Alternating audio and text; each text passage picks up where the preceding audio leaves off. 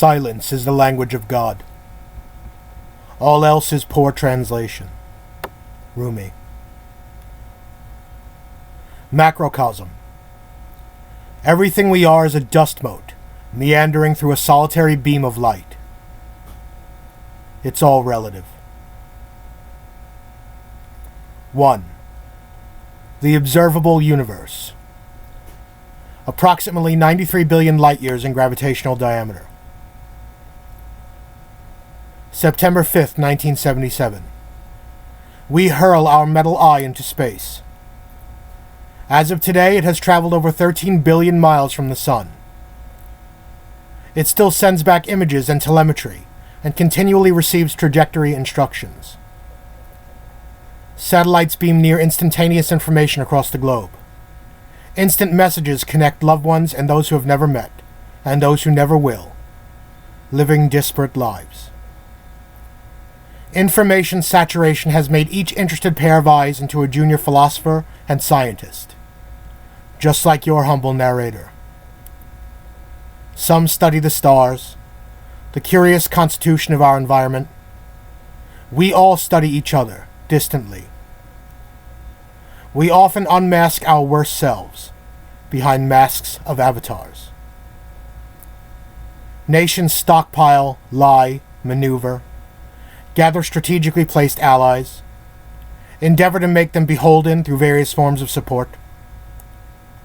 Countless impoverished nations with names, languages, histories, and populations we cannot be bothered to even know exist continue their struggles inwardly, imposed upon by greater powers, trying to make it through another day.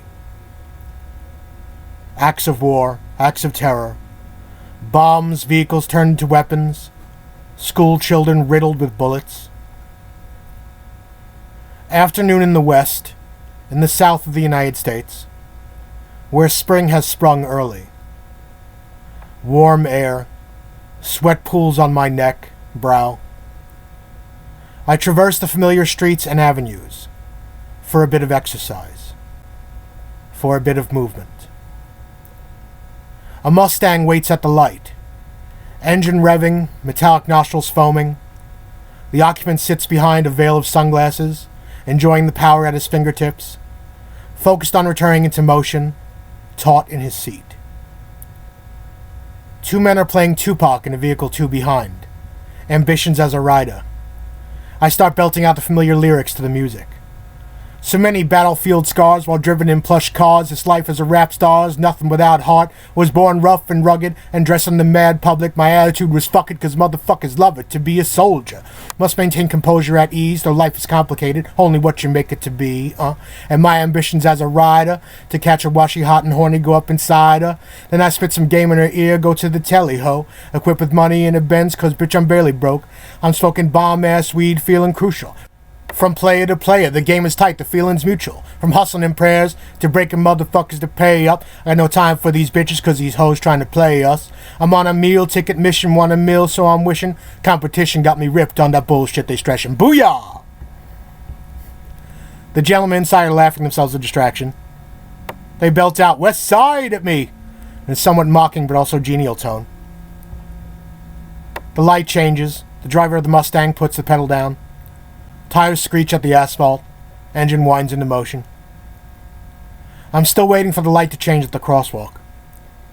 A pedestrian goes by me. About 30 years old. Tie-dyed shirt. Faded and worn from many washings.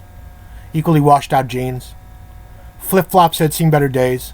Before many miles calling out their namesake. He passes close. In orbit. On his way. I fix him with my steady, gentle gaze. The shadow of a smile touches my lips, like a fingertip sending the slightest shockwave into still waters. He stiffens noticeably. Eyes turn in their sockets toward me, then are cast down, then raised. He looks into my eyes and sees his disapproving stepfather. Nothing was ever good enough. I'm stupid. He makes me feel stupid. He lords everything he knows over me. I don't know how to do anything, and I'm not going to ask him to teach me. He'd just love that. Love to condescendingly speak to me like the child I was when we met. He sees, his first love. How cold she was when we were united. How he knew it in an instant she had given herself to another man, and now there was nothing left of her tenderness but this reminiscence in reunion. C's. His boss at the job he landed as assistant editor at a magazine. Landed it by sheer balls alone, but on the second day got reamed out by who everyone called the Dragon Lady and fled the scene, tail tucked between his hurrying feet. Another pedestrian crosses his path, eyes ahead, doesn't glance at either of us. Short and thin of build, features perhaps a shade on the unhealthy side of lean. Hair half in his eyes. He taps the crosswalk button as he passes, twice, but continues on without breaking stride in another direction. Eyes in space, satellite mirrors, information saturation, avatars, nations, populations, war, terror, bombs, weapons, murdering children, Mustang, music, looking at each other, looking away, clicking the crosswalk button without wanting to walk that way. Do you know why we do these things? To matter. 2. The Laniakea Supercluster. Approximately 500 million light-years in gravitational diameter. How do we reconcile these years of violent change? The weather betrays our imbalance and woes. The death and billowing stench of the Salton Sea, microscopic in the lungs of an impoverished child, whose parents, unable to leave, are allowed to place their child on a respirator in a hospital. The bills can crush them later. Billionaires donate to charities, good tax cuts, but I wonder why one of them doesn't go collect this child, this family, and move them into a wing of their palatial estate. One of several. The one they only visit occasionally, off-season. Fires burn, fires rage uncontrollably. Firemen strive endlessly to contain the blaze. Homes burn. Lives, memories accumulated within, burn. Is it not cost-efficient to gather enough waters from across the earth to quench these flames? Is it even possible to avert the gaze of Sol? To perhaps throw a shading hand in its way? Is there nothing that can be done? Is there nothing in our meager power? So few of us fatten upon plush cushions of plenty. So many of us suffer, rib bones leaning upon each other, in depression, for support. So few of the fat lift a finger for the starving. So many channels to choose from. Such a difficult decision. Discuss vectors to treat disease, or what celebrity is gaining weight. A planet impoverished most egregiously in compassion. A planet growing bald as the pate of a vulture. Thriving with the hollow march of purposefully poor-made industry. Everything is replaceable. Also, you and me. Resting, residing beneath the umber of another span of unproductive hours. Gathers the furrows of flesh in sheets, in heaps, as days of night arise. Wings grasp the air grasps wings. Hand in hand, gently, silently, ascend. 3. The Great Attractor. Theoretically located somewhere between 150 and 250 million light-years, at the center of the Laniakea Supercluster. Hear my voice. It is the rich, deep musculature of the U, swaying in tender tones. Feel my calm presence pulling, my peace continually renewing, ceaselessly hoping. Folding under each unmoving palm, the perfectly partitioned hands of the yin-yang. Faceless clock, ticking hands, force of water, eroding stone. 4. The Virgo Supercluster. Approximately 100 million light-years in gravitational diameter. I remember. Alice illicit, tibi non licit. What gods may do, cattle may not. Your love is the sun that men worship madly, and you are totally insane and drunk with that love. I was your Atlas, and the pedestal that held you aloft. My grip upon you was strong. shifting your face in full winds, feeling you break and scar from your tremulous interior collisions, but could do nothing. Just hold the idea of you. It was inclement weather that made us part ways. I spoke as the Atlantean. I was old with polarizing love and menace. Now, in rebirth, I am young. Taking on the confines of solid images, imbued with emotion that somehow comes across to you, and we are there united equally by our shared existence, is when these thoughts were struck and cast. These dice held in hand, and you, who was kind to stop and grasp when fumbled. All of these were perfectly beautiful just then, when beheld within the scope of their impermanence. And so, I was half of light, half of dark. Equinox, I called myself, a firebrand beside oblivion. And you heard the furtherance of my tonal tides, and saw these moments focused through my cyclopean eye. I wondered what was, from what paramnesia might have called into being, to answer what was missing. These love desires resonated and bent my soul-mind together. All you had to do is look at me, hear the tenors of my heart thoughts to know which hemisphere was ruling. Everything that is lost in time is renewed. So much goes unsaid, words cannot suffice. But that which goes unsaid is seen, is heard. Each step is a funeral procession that shrivels, releases, and becomes the greater life. And each sentiment that began its organic wilt upon inception continues onward.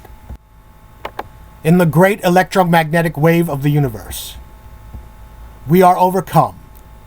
We rot from our core, outward and bloom anew, into greater horizons. I was afeared and overcome by dread. I was nothing. Sometimes spasmodic in my movements, with a funambulous overcorrecting gait. Sometimes still as the same, calm on the surface, focused inward, finding the song of self. I wish I had words to tell you how much the smallest gesture of warmth had meant to me. How I breathed life into its embers, and its coals became all that I had to hold when I was within the grasp of the all-oblivion. Bent over me, broken and immobilized beneath its crushing weight. I wished, hoped, but did not speak. I am speaking now. Planets rotate with the unstoppable force of their progress through time-space. The concussions rip years from all in their wake. All is wilted, as indeed it is distorted, by the grip of some mal de mer. And this too is agonizing and beautiful to remember what we were, and how we ebbed with the mad chemical intoxications of life. And further still is the beauty to imagine what might be in the fullness of time. That which goes into the dark emerges again. Its passage is fixed through heavens that we do not yet possess plain eyes to see, but know they are there. Our antithesis of sentience sure to continually breach those bounds of knowing. Though we are not those titans, we live and move in cycles, and close upon the shoulder of each other's doomed spectre, in what seemed a final movement, in a continual oscillation of renewals.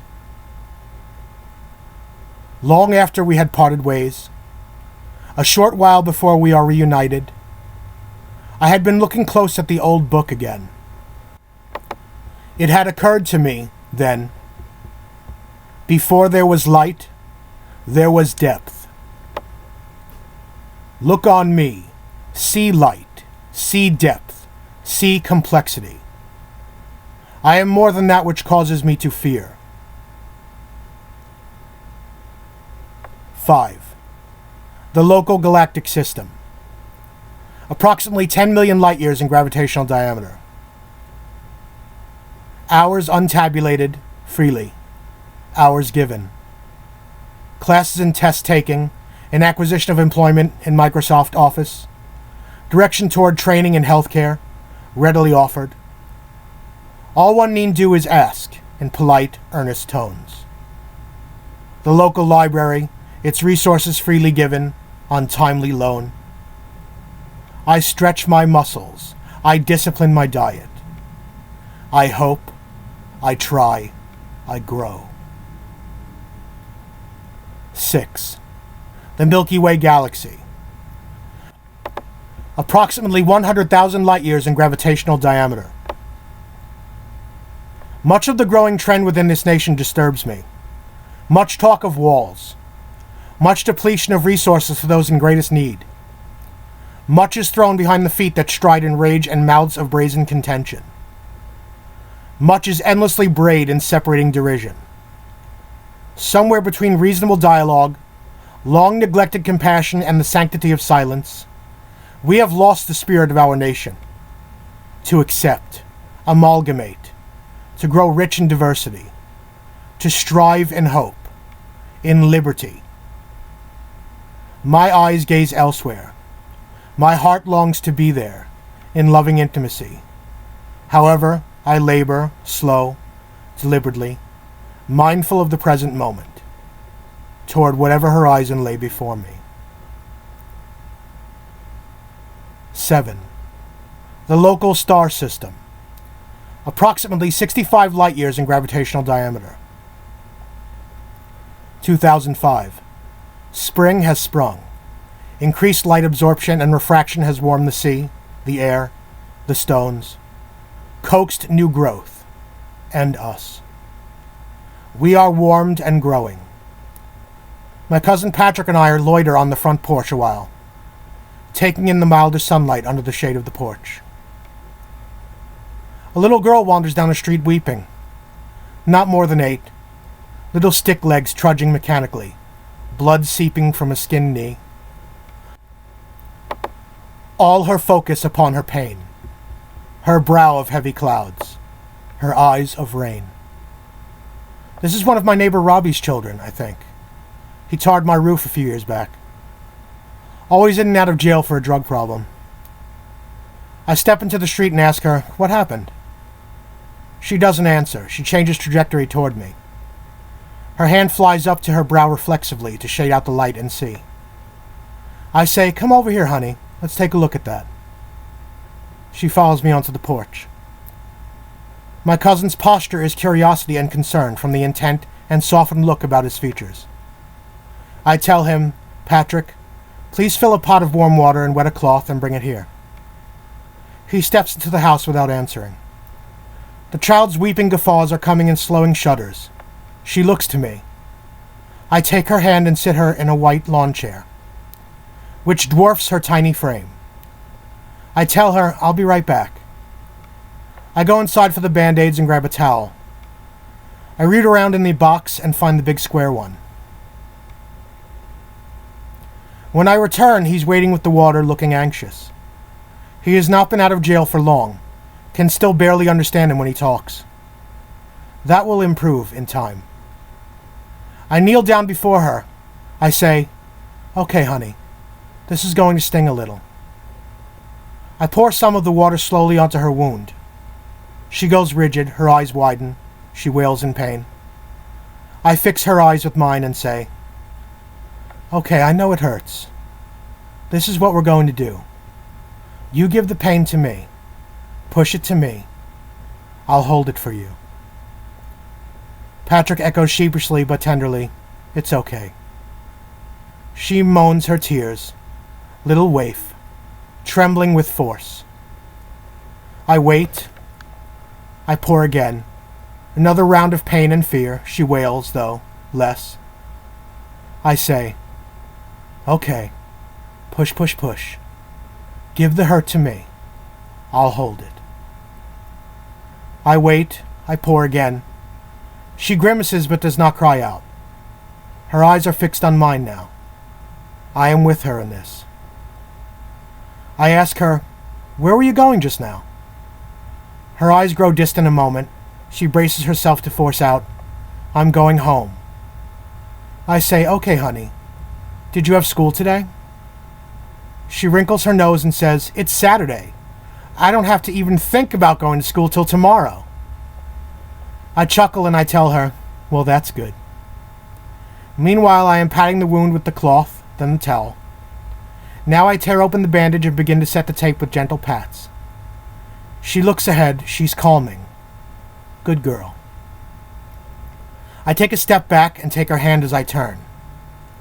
She rises to her feet, unsure at first, as if expecting renewed hurt. She finds her feet, turns and looks up at me. I say, "You can head home now, honey. Please walk, don't run." She doesn't say a word. She wanders off the porch into the street. I saw this child again last year. I was out for a walk. She drove by in a Camry I had seen around before. Features broadened and defined. Makeup on her mouth, around her eyes. Our eyes meet. She looks right at me. She smiles wistfully, tenderly. I mirror that smile, naturally. She remembers. 8. The solar system. Approximately 2 light years in gravitational diameter. Each an integral member of our dispersed coterie. Each gone separately. Here I am. Here, in this broken shell of what I was. Reaching arms into the next incarnation. I am unconquered by deaths of former selves. See these new wings test the air.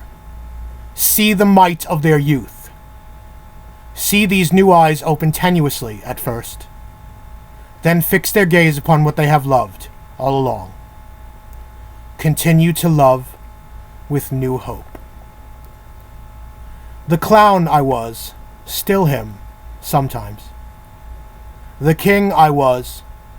I plant a garden in my hollow crown, which sits upon the ground, growing calcified. Giant, titan, dragon, moments. I am moments that live within a man. The poet I was writes a novel. Life writes the novel through me, co-authored with a treasured friend. Days of night continue without end. There is no terminus, only continual movement. 9. The Earth. Approximately several light minutes from the sun. I alone, growing, healing. She and I, speaking. I shade my brow to see her better, to be gentler. I must be gentler with this weary, precious heart. To see the people you love moving apart, away from you, is an illusion. They aren't moving at all. They are standing still. It is distance itself that is expanding. To see light reaching more slowly than light travels. Hands once clasped, pulled apart. This is the lament of my solitary heart. This heart will send its light more swiftly. These hands will attempt to return their embrace slowly, by increments. This heart so full of tenderness. This heart of love. Microcosm. Eta Carinae. Everything I was is a dust mote meandering through a solitary beam of light. Sincerely, R. Sculptorus.